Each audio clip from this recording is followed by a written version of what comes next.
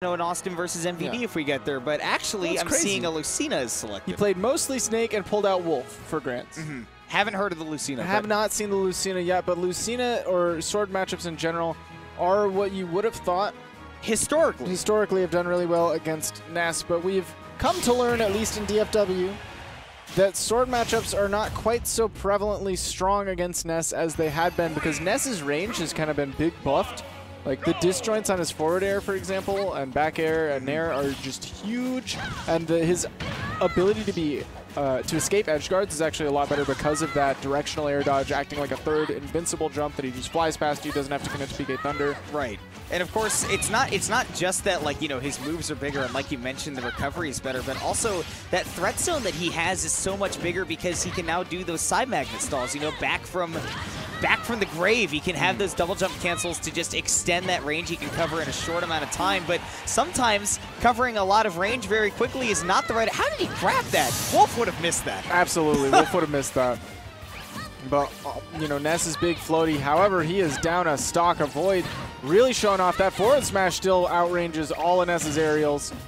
Ooh, nice great air dodge. Yeah, I love that recovery. Did not panic whatsoever.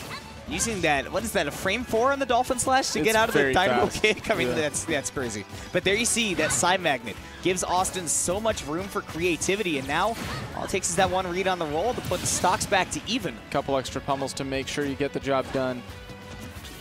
So now AvoiD coming back with a fresh stock and got to find a way to, you know, kind of replicate that first stock. I think a lot of the reason was just that, you know, he wasn't over-committing to a whole lot of stuff. Anything he was throwing out was within his threat zone to Awestin and wasn't really giving him the chance to just kind of bust in on him. That back throw sent him perfectly on the platform. Awestin wasn't ready for it. It looked like he was trying to catch a landing with PK Fire.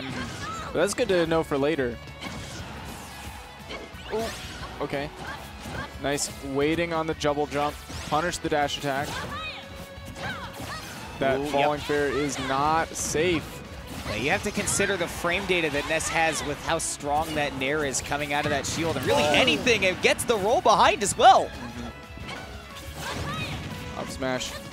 Usually, you know, these yo-yos are not the thing that you want to use to cover a sword recovery like Lucina's, but you can kind of fake it and definitely cover that roll with it.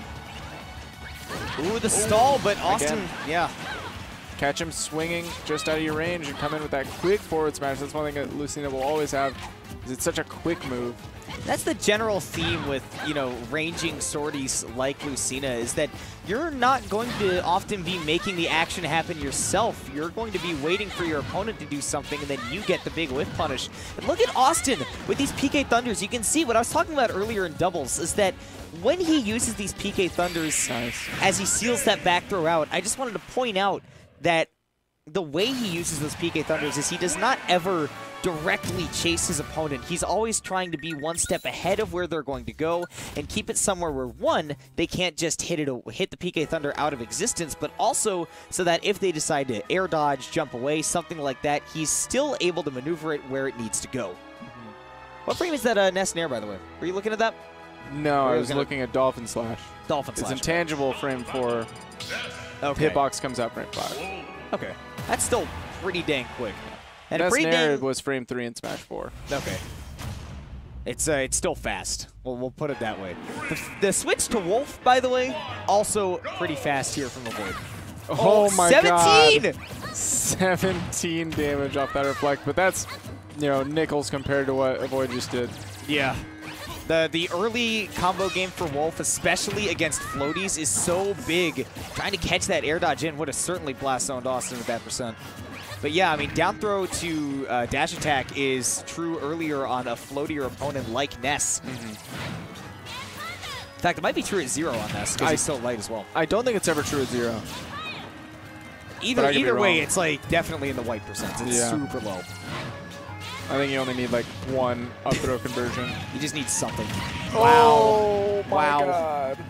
I'm afraid. And you know, this is what happens when you swap to a character where Awestin can contest your recovery. Whereas Lucina, you know, and I kind of liked the way that the Lucina worked, you know. Maybe AvoiD just wanted to play a game that felt less frustrating. Awestin's going to go for the double dunk, but AvoiD's ready. That's a big punish on the side magnet stall.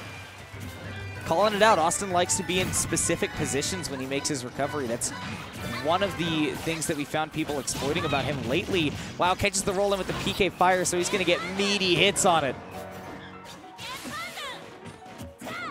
Oh my gosh. I don't know what Austin's thinking, but maybe trying to call it a blaster. Maybe. I just don't want to be in his head right now because that seems like a dangerous place. Stalling with a magnet, of course. Double jumps and stalls over that down smash. How much I would have loved to see AvoiD connect that downer. Anti-airing with the up-angled forward tilt. Oh, wow. Going for the double down smash is really greedy from AvoiD. You know, you're definitely in a situation where you just can't overcommit to anything. Austin knows he needs one hit, and it's going to be the up tilt. Wow. Cross up with the up air. Up tilt catches the out of shield option. And you know Wolf doesn't have very fast out of shield options. He has like frame 10 as his fastest Frame 10 is his fastest, and it's like 4 different moves. So yeah, and none of them really hit super low.